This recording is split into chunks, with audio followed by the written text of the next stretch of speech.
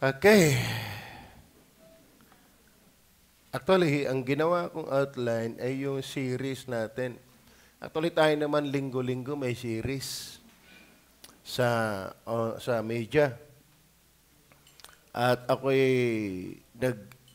uh, nagsalansa ng 3 linggo about God. Yun ang aking ginawa. Ano ho? Pero tiningnan ko, pag tayo mag-aaral at yun lang ang puro babasihan, puro talata lang tayo magbabasa, ay parang kulang. So, kaya, ang nagawa ko lang talaga dyan ay yung outline. Pero yung pampalabok ay kinuha ko sa Google. Ano? Kaya ang ating titingnan dito sa immutability of God ay tulong sa atin ng mga gumawa ng outline. At hindi ko alam kung matatapos ko ito. Kung hindi man, ay di sa susunod ibang topic na andyan naman yan. So, ang ating pag-uusapan ngayon yung immutable God. Ano? Kaya si Jesus ang kahapon, siya ang ngayon, siya ang darating. Ibig sabihin, ang Panginoon talaga ay Diyos. Ang persona ng Panginoong Jesus ay kalakip sa isang Diyos na binubuo ng 3 persona. At ang Panginoon Jesus nga po ay hindi natin maitatatuhay ang talatang yan. Hindi na pwedeng ikapit sa tao lang yan. Walang taong siya noon, siya ngayon, at siya pa rin darating.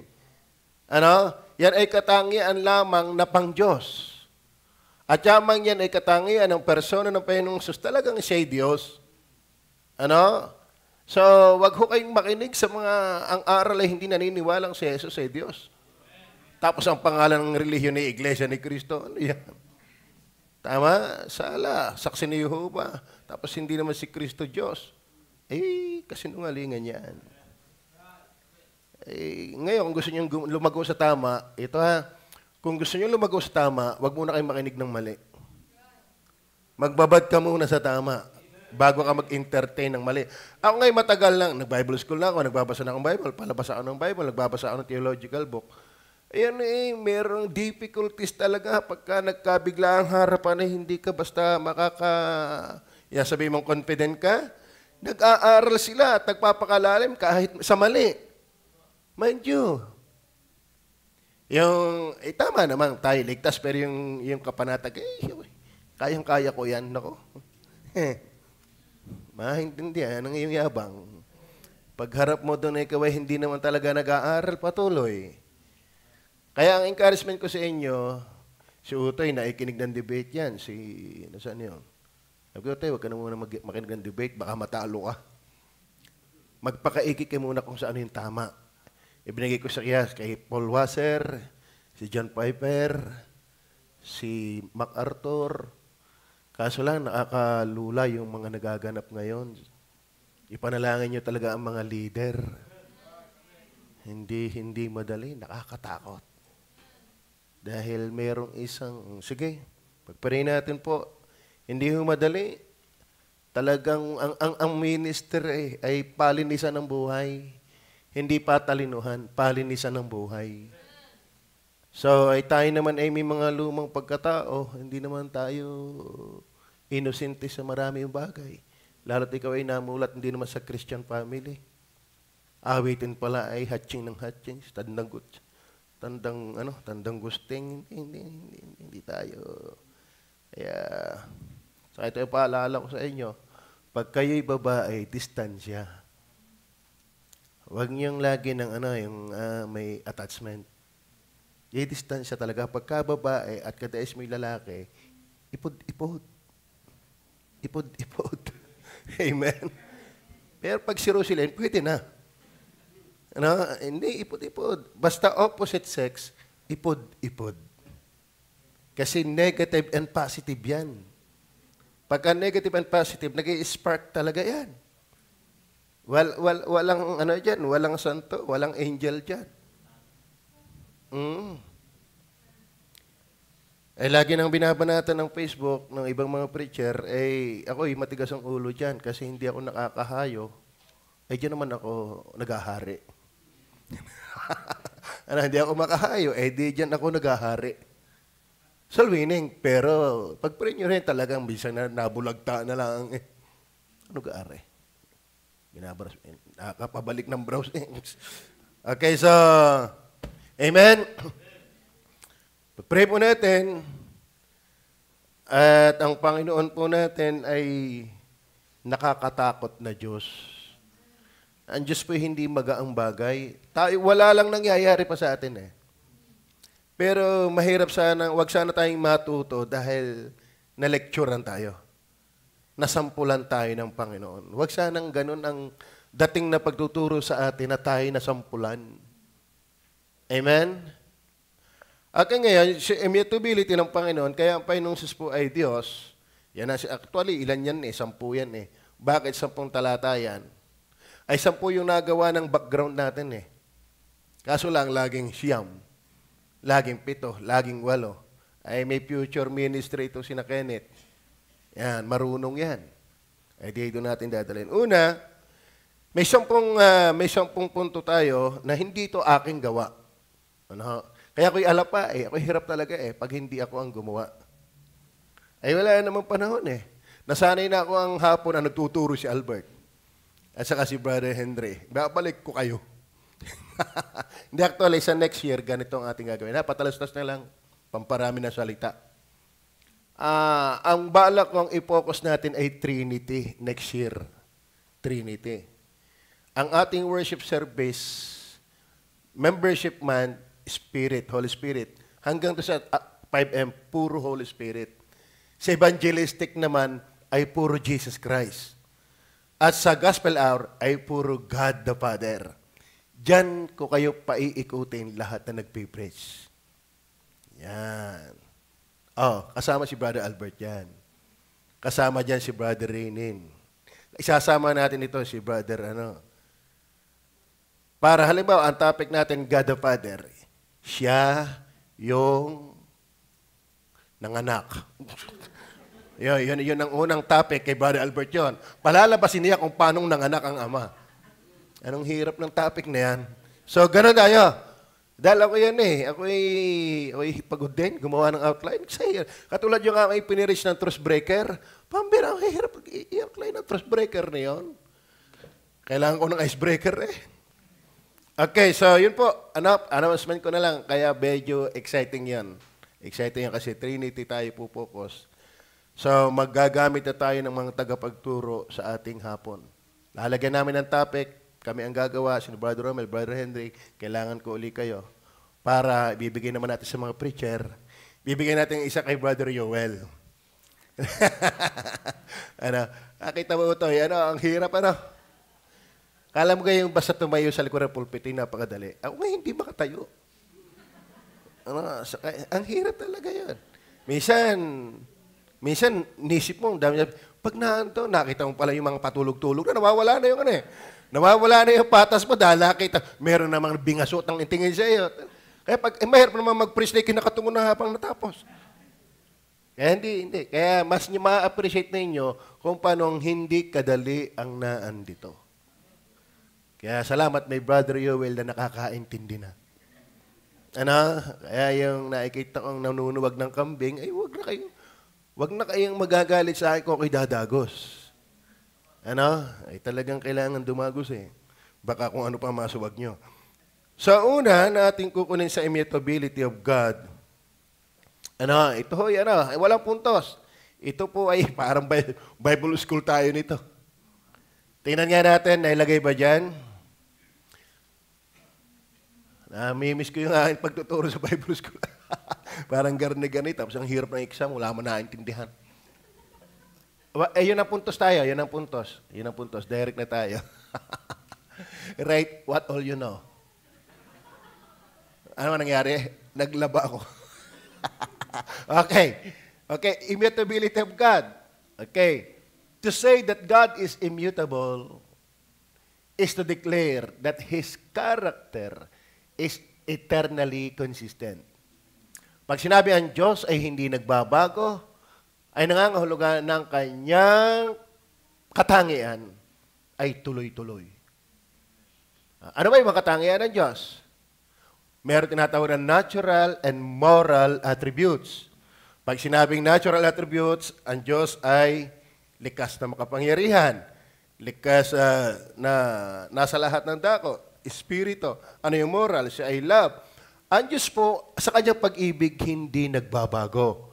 Sa kanyang kabanalan, hindi nagbabago. Walang pagbabago sa katangian ng Diyos. Tayo mamaya masaya, bukas bugnutin. Tama? Tayo pa bago-bago. Mamaya, sipag-sipag natin. Bukas, tinatamad tayong bumangon.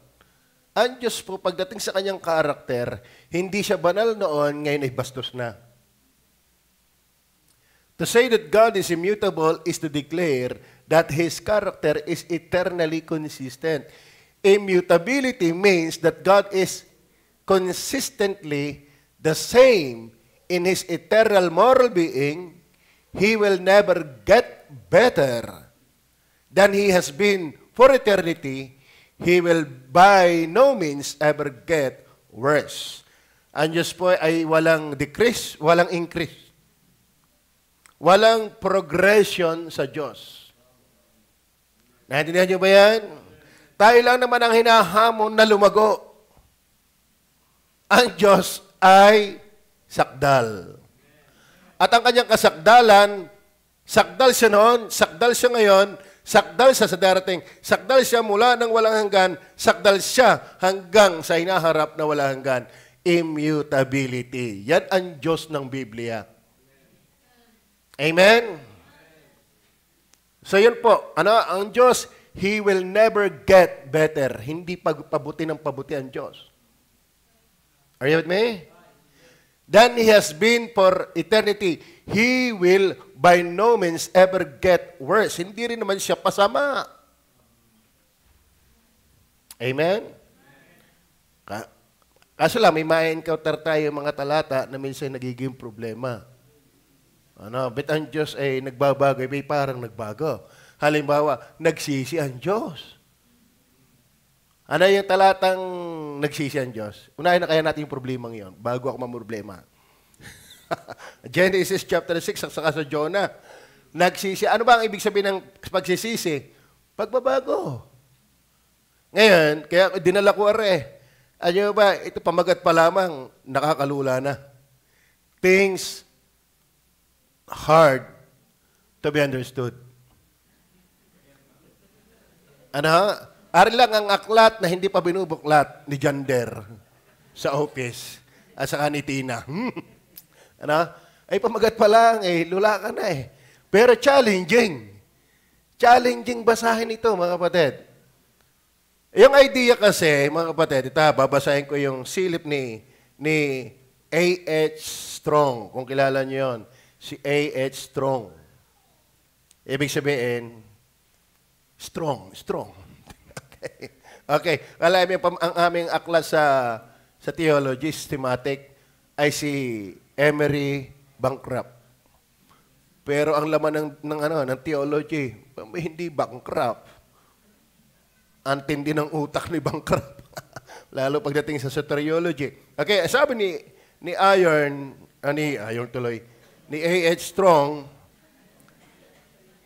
kasi may talatang garne, 31 places in Scripture, at least 31 places in Scripture mention repentance in connection with God. 31 places. Most of them saying that He repented or promised to repent if men would change. Na ang Diyos ay mababago. Para man nangyari, kala ko ganyan Diyos hindi nagbabago. Bakit yung dealing niya ay naiba? Sa halip na blessing ay naging curse. Okay. So yun ang minsan ang difficulty at gagamitin agad ng mga Muslim na mga galit na galit sa Bible. Yan may kanyang mga Bible ay contradiction. Oo, contradiction sa mga utak. Actually, ako'y naniniwala ang Bible is for the believers talaga yan. Oh, okay. Ganito po, halimbawa ay doon sa Genesis nga, kay Jonah. Hindi ko nababasahin lahat. Ganito, such statements present at least 3 problems to the believer. How could God repent if He is unchangeable? Bakit siya magsisisi? Hindi nga siya nagbabago.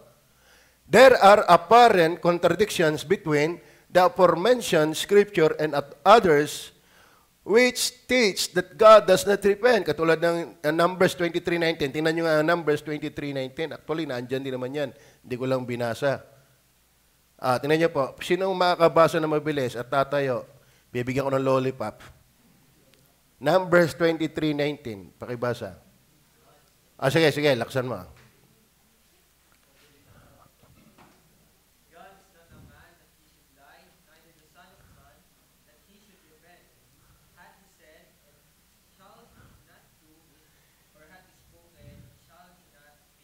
So, hindi talaga ang Diyos magsisisi. Pero bakit nga siya nagsisi at least 31 places in the scriptures? So, talagang ano yan, kaya ang halaga ng tayo palabasa din, nag-aaral. Dahil kung hindi, basta na lahat tayo maniniwala na mayroon talagang nagbibigay ng ipot sa Bible. Okay, God's repentance would have to be different from man's which involves sorrow for sin. Isa din man dito, yung iba naman pagdating sa pagsisisi ng Diyos at pagsisisi ng tao. Ang pagsisisi ng tao involve ang sin. Ang tao, ang Diyos, yun ang ating iintindihin. Ano ba yung pagsisisi pagdating sa Diyos? Kaya dito natin sasangguniin yung isang theologian na sinabi siyang bit dito. So, okay, ganito sabi. Andiyan pa ba kayo? When Scripture says that God repented, ang Diyos yung nagsisi, it shows that He is not an unfeeling machine. Pinatutunayan lang na ang Diyos talaga hindi robot. May damdamin siya. Amen? Ngayon, tuloy pa natin.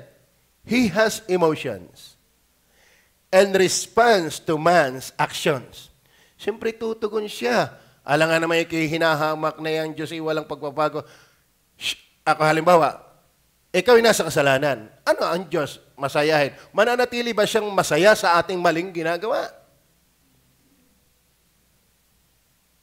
Naintindihan niyo ba yan? Kung tama naman ang ginagawa mo, di siya masaya. So, naghalo ang saya at lungkot, galit at tuwa. Ano yun? Nagbago dahil siya may damdamin. Pero ano ang itinuturo dito? Sabi niya,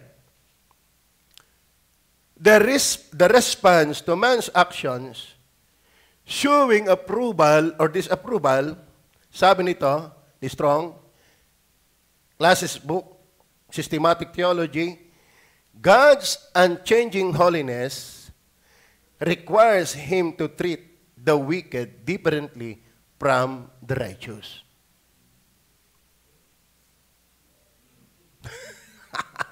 Alinaw? Ano? Nahayag nga na ang Diyos hindi nagbabago sa kanyang pagbabago. Ang lalim noon. Ang Diyos ay nakilalang hindi nagbabago dahil siya nagbago.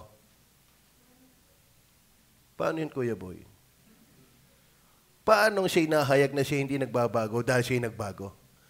Alam mo, kaya siya nagalit at natuwa kasi hindi nagbabago ang kanyang kabanalan. Naintindihan niyo ba yan? Ito ang ilustrasyon niya.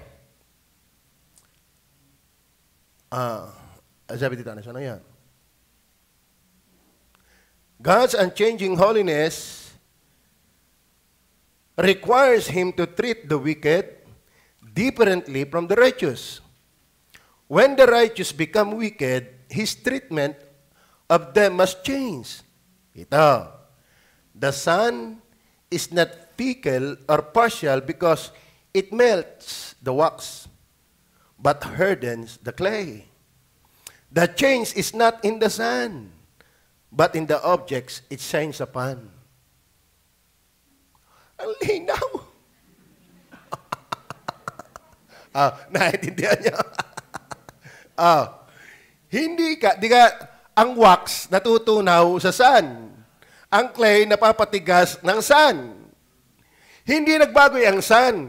Ang nagbago ay yung object ng sun. Ang wax natutunaw sa sun. Ang putik tumitigas sa sun. Depende sa dinadat nga ng init ng sun. Tama?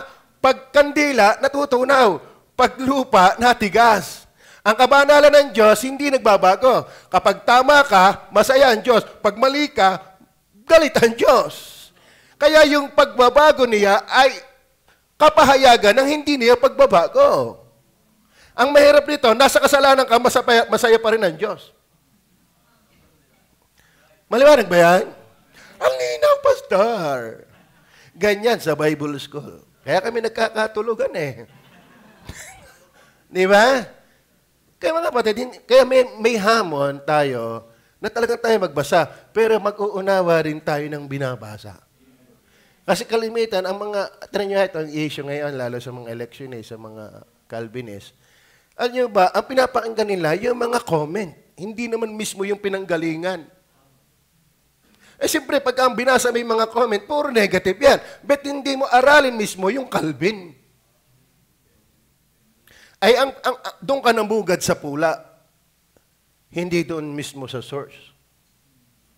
Kaya may mga maling conclusion. Kasi doon sila bumase sa conclusion mali. Mga kapatid, ako ay ako ay nananawagan sa inyo. Siguro medyo nakakalula nga, Nakakalula talaga. Kita ko na agad kayo, lulang-lula na agad.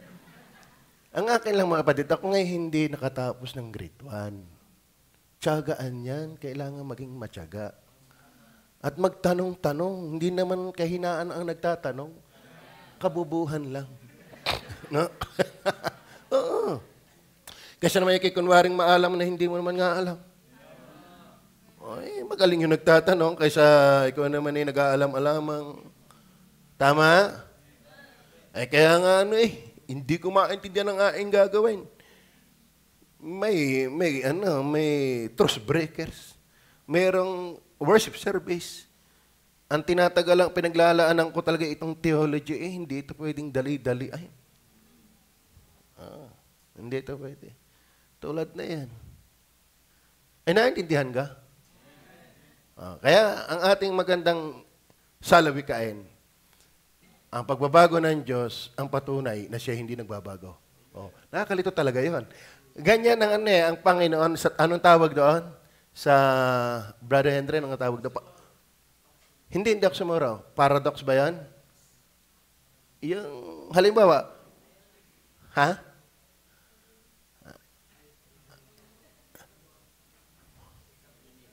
Hindi. Ang Diyos, iba ang kanya Kung gusto mong tumaas, bumaba ka.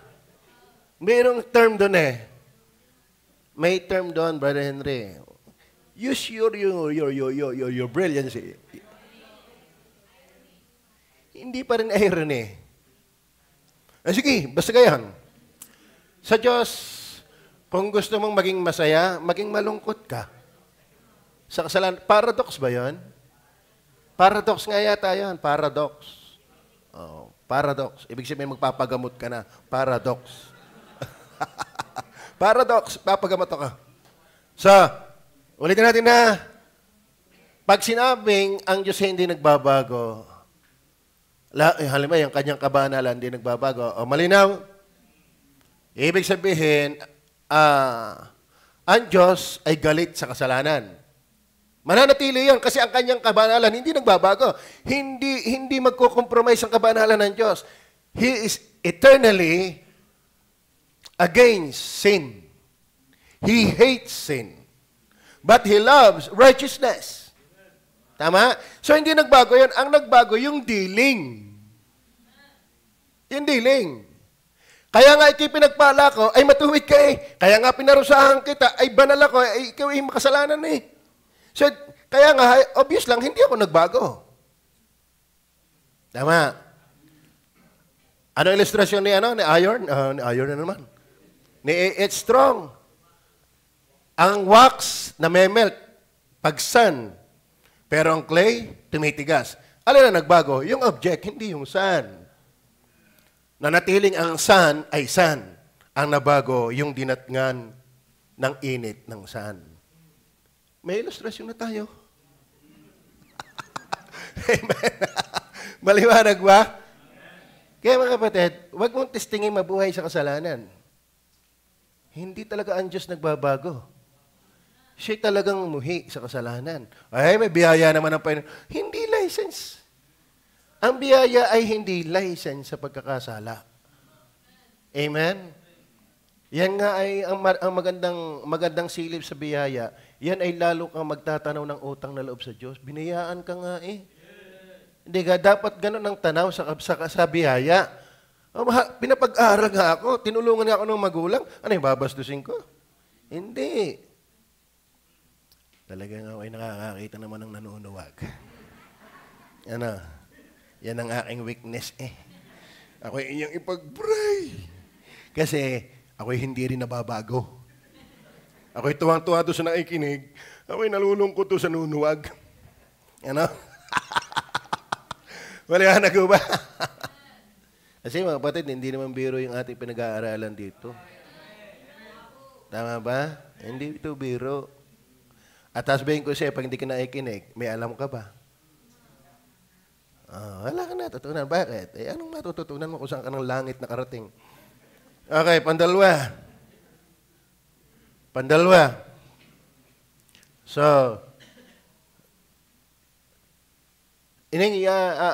wag mo nang isasama yung hindi ko naman isasama. Dahil ang haba na rin.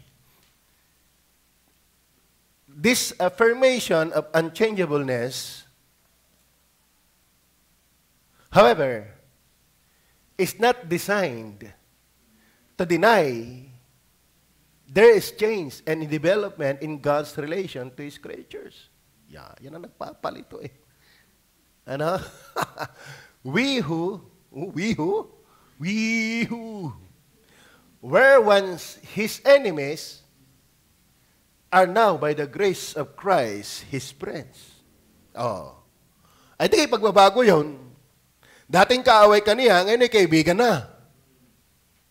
So, kaya sabi niya, this affirmation of unchangeableness, however, is not designed to deny that there is change.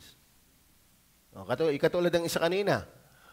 We who were once His enemies are now by the grace of Christ His friends. Divine immutability must never be interpreted in such a way that the reality of the Word became flesh is threatened. Hindi ibig sabihin ng Panginoong Jesus ay naging tao ay nabago. Tuloy natin. We must acknowledge that He who is in His eternal being, very God, became in space-time history, very man, yet the Word who became flesh did not cease to be the Word. Hindi naman ibig sabihin ng siya ay Word na naging tao ay hindi na siya Word. Naintindihan niyo ba yan? Nako, ano ang ilustrasyon natin dito? Amen? Sabi ni Sandoval. Sandoval ba yan? Yung pamato ng Iglesia ni Cristo? Sandoval ba yan? Ventilasyon. Pampalamig ng simbahan niya, si ventilasyon. Yung debate, napanood niyo ba yung debate nila ni James White? Saka ni ventilasyon? Mr. White, wag na, tatagulugin ko na lang. Kung si Kristo ika, ako ang Ama ay Diyos, ang Anak ay Diyos, ang Holy Spirit ay Diyos, 3 persona. Nasaan kaya 3 persona nung si Kristo ay namatay? Amen? Binubulay ko, Pastor. Nasaan ang kaya ang persona 3? Baka magtapos na tayo, nabubulay ko pa rin. Ano? Are you with me? Naintindihan niyo ba yan? Mga kapatid, i-depend natin, ilalaban natin. Yung ating pananampalataya dapat ay ating naipagtatanggol. Ang daling sabihin na, ligtas na, salamat na. Alam, salamat na lang ang kaligtasan na hindi siya patalinuhan. Hindi pagaling ang mag-grasp. Yung pinakamahina sa atin ay kinahabagan. Ay saan natin ito nagagamit? Di sa pagtatanggol ng pananampalataya. Salamat ang kaligtasan, yung pinakakulelat na. Sabi nga, pinili ng Diyos yung mga mahihina, yung mga hamak. Pero, kailangan din naman natin ipaglaban yung ating Panginoon. Paano sinabi na ventilasyon? Ang Ama hindi namatay. Ang Holy Spirit, sabi nyo, hindi namatay. Ay, nung mamatay na si Jesus, nasa na ang ikatlong persona? Ay, di kulang na. Nasaan na kaya yun? Nasaan na kaya Kuya Buyon? Ay, di nawala na ang tatlong persona. Ay, namatay na eh. Ano ba namatay kay Kristo? Katawan. Yung bang kapagiging Diyos ni Kristo namatay din? Tumigil ba ang pagiging Diyos ni Kristo? Hindi, yun ang ating pinalalabas doon. Nagkaroon siya ng manifestasyon, nagbago. Ay bakit? Ay Diyos ay naging tao. Hindi naman nawala ang pagiging Diyos niya nung siya'y magkatawang tao. Kaya bakit kailangan na ang Diyos ay maging tao? Dahil, alam mo kapatid, pag-aralan niyo ang Ama, mahirapan yung schedule sa mga magpipili sa Doctrine of the Father. Paano siyang nanganak? Ito yan. Alam niyo ba ang may simpatya lang sa tao ay ang anak? Bakit never naging physical ang Ama? Kaya mga kapatid, ang banal na Ama, matindi ang banal mga kapatid. Aralin niyo ang kabanalan. Ultimo amang ng seraphim hindi makakatingin. Sabi ng Psalm, sino ang aakyat sa tabernakulo? Yung may malinis na mata, lahat, inano yung qualification na walang kasalanan. Sino yung pwede doon? Kailangang may taong walang kasalanan at makakapag-provide lamang ng taong walang kasalanan kung yan ay Diyos na naging tao. In order for us na ma-redeem ni Kristo, dapat may taong mag-satisfied ng kabanalan ng Ama. Dahil ang Ama, hanggat hindi na satisfied, galit siya sa atin. Talagang ang Diyos ay galit. At alam niyo ba ang Diyos, papatayin tayong walang awa. Si Kristo yung mercy seat. Di ka sa luklukan, doon sa tabernakulo, mayroon tinatawag na mercy seat. Sa tabernakulo, divided yan ng tatlong section, tatlong room. Isa ay yung, anong tawag doon sa unang room? Yung labas. Counter room. Yung nandun yung, hugasan ng tubig, katayan ng mga tupa, tapos ay, dos tubig. Tapos pagpasok mo, nandun yung candlestick, nandito ang table of showbread, nandito yung taga-Minduro, kamangyan. Dito sa gitna, andon, yung kamangyan. Okay? Pag ikaw hindi nakapagdala ng tupa, at ikaw hindi ng showbread, at saka ng candlestick, yung prayer, papasok ka ngayon sa most holy place. At para makaniig mo yung most holy place, nandun yung Ark of the Covenant na may dalawang anghel na magkaharap. Kalay mo palusot ng iglesia ng mga Katoliko ngayon?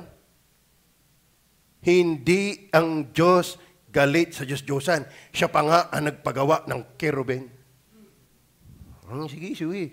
Pakipag-debate kayo dyan. Pagkakaya kay mamaas-maas. May hirapan kayo doon. Oo, yun ang kanilang ultimo na, wag na muna yan. So, yun ang, may nakatungo doon sa loob ng Ark of the Covenant, nandun yung 10 utos at siya yung tukod na naalis na kasi lumakas na si Moises. Nawala na yun habang nagtagal. Ngayon, doon ang tawag doon ay luklukan ng awa. At ang sabi, doon ko kayo kakaniigin. Ano ba ang tipo niya? Si Kristo. Nagmimit lang ang banal na Diyos at makasalanang tao dahil kay Kristo. He is our propitiation. Maliwanag ba?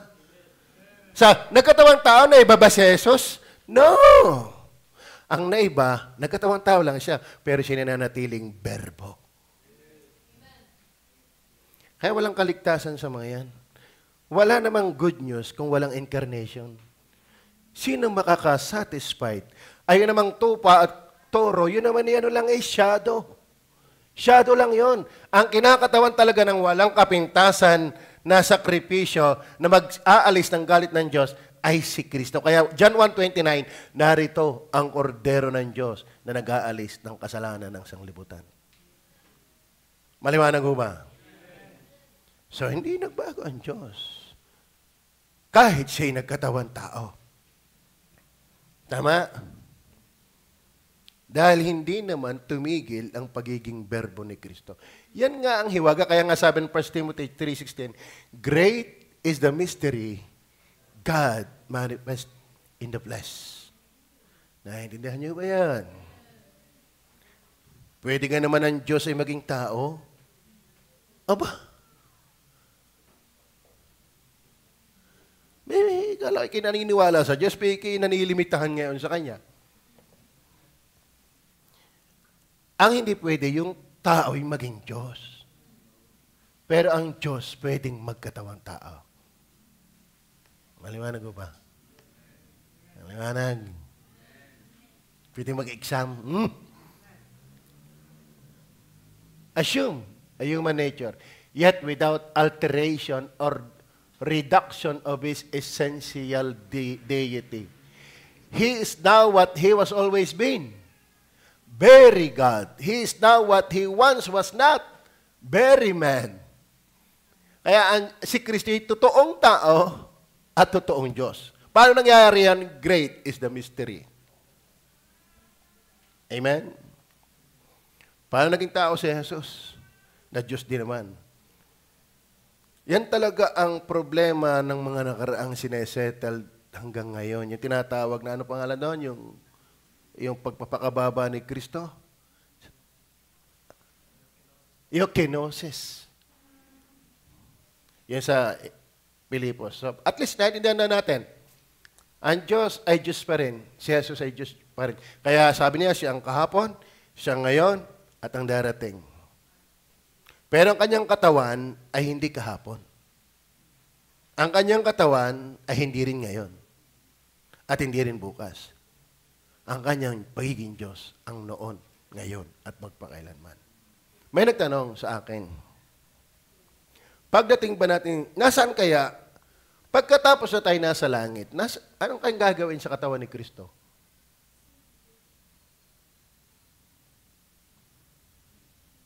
Yung kaya ay gamit pa rin doon?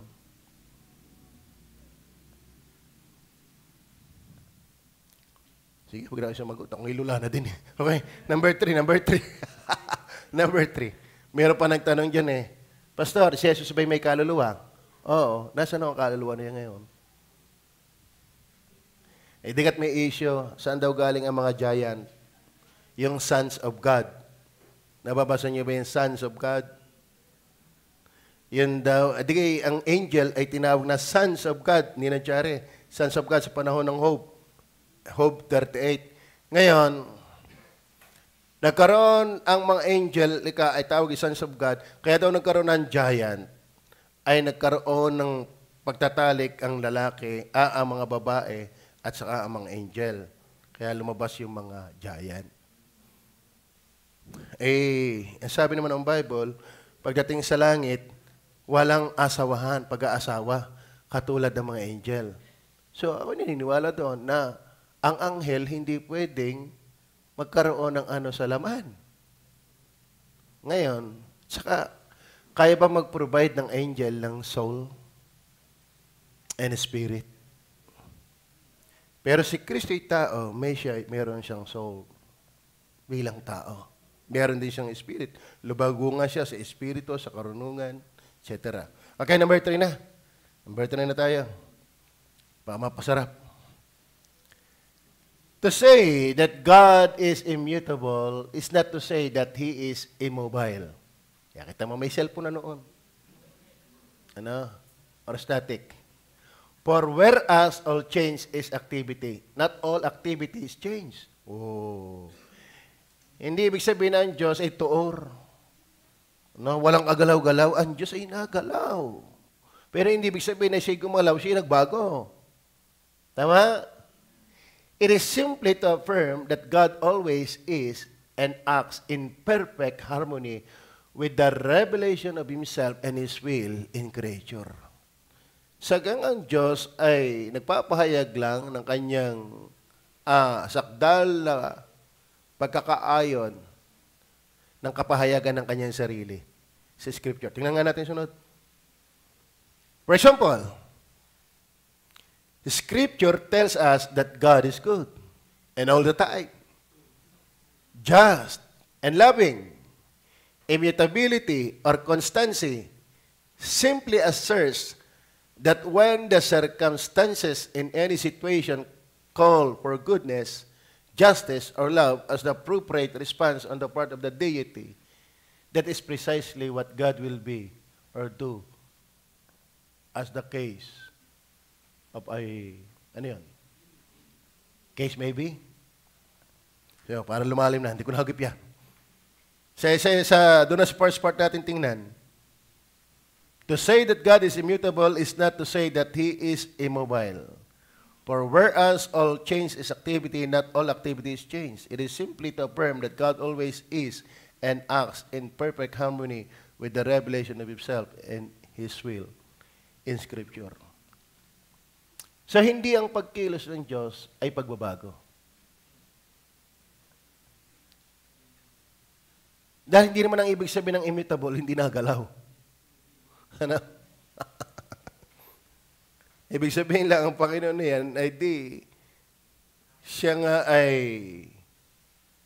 nahayag lalo ang kanyang hindi pagbabago dahil siya nga ay kung paanong makapangyarihan nakagagalaw noon hanggang ini gumagalaw na makapangyarihan pa rin siya. Siya nagpapasya noon at siya nagpapasya pa rin hanggang ngayon. Hanggang sa darating, actually mga kapatid, ang nagre-reign naman na will ay hindi iyong will. No, yan pa yung malalim na usapin. Di ang kasalanan ni galing sa Diyos. Ang Diyos kayo nagkakasala. Hindi naman mali sa Diyos ang makalikha ng magkakamali, pero hindi siya magkakamali. At hindi niya pagkakamali ang lumikha ng magkakamali. Bakit? Hindi pwedeng lumikha ang Diyos ng Diyos din. Naintindihan nyo gayon? Okay, may anak. Ayan ay tatay din eh. Mahirap yon. Magkasabay kayong tatay. Halimbawa, si Irene. Abay, si Irene, tatay din niya. Pagka ako'y tatay na eh. Wala. Laging subordinate ang lumabas. Ang origin, yung pinanggalingan. Tama ba? Ang anghel nga hindi uubra sa Diyos. Ikaw pa naman, ang laki ng agwat mo sa anghel. Nanindihan niyo ba yan? Ilang kayang million years ang gap ng creation ng tao at ng angels? Sa palagay niyo. Ang iba talagang isip na isip. Di pa ako nagtatanong. Inuunahan mo na ako mag-isip Wala pa akong tanong. Doon pa nga lang sa gap ng creation ng angel, hindi na uubra ang tao kung gaanong katanda ang angel, katagal. Ano mga iuubra mo sa Diyos? Ay walang pinagmulan ng Diyos. Kaya ang Diyos, ang magkakapantay lang talaga yung coexistence. Ang Ama, Anak, at Espiritu Santo. Tama. Kasi hindi naman sila naglikhaan sa isa't isa. Naintindihan niyo ba yan? Paano kaya ipaintindi ito? Naintindihan niyo ba? Ang Ama at Anak at Espiritu Santo hindi naglikhaan. Hindi, ay inanak ko si Jesus Christ. Si Jesus Christ naman, inanak ang Holy Spirit. Hindi sila magkakapantay. Hindi sila magkaka-eternal. Sila'y sabay-sabay na sadyang sabay-sabay. Maliwanag ko ba? Ngayon, pag gumawa ba ang Diyos, kasabay niya? Hindi. Kaya hindi mali sa Diyos ang lumikha nang hindi niya kasabay. At dahil hindi niya kasabay, hindi niya kasing katangian. At dahil hindi niya kasing katangian, hindi niya kasing giting. Hindi niya kasing lakas. Babagsak yon. Ngayon, mali ba ang Diyos na lumikha ng isang araw ay mangre-rape? Wala yung banat sa akin yan. Kapalilo yung naniniwala na ang Diyos ang may author ng rapist eh. Dahil sa ganon, paikot-ikot. Okay ba na paikot? Kaya kulto yung si Eloy. Kalain mo, ang Diyos pala ang gumawa ng rapist. Ang Diyos pala ang gumawa ng magnanakaw at papatay. Bakit? Hindi siya gumawa ng Diyos eh. Di yung palabasin. Paano ang Diyos igagawa ng kapantay niya?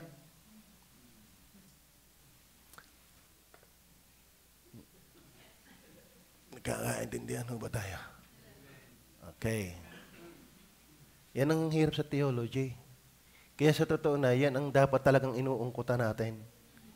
Hindi yan basta ang theology. Are you with me?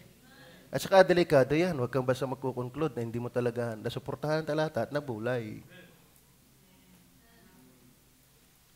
Eh ngayon, hindi mo naiintindihan kulto na agad eh. Amen.